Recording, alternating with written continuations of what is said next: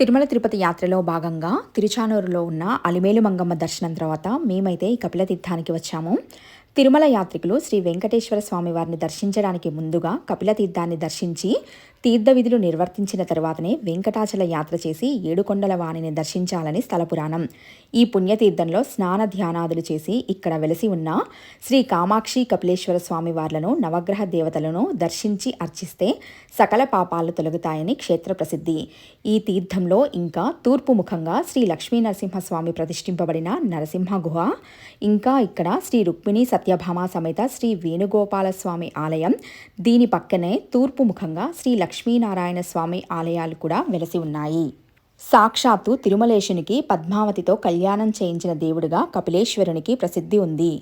ఈ క్షేత్రాన్ని దర్శించిన భక్తులకు మైమరుపుతో కూడిన భక్తి, అనిర్వచనీయమైన ప్రశాంతత చేకూరుతాయి. ఎంతో రమణీయంగా ఉంటుంది ఈ ప్రదేశం.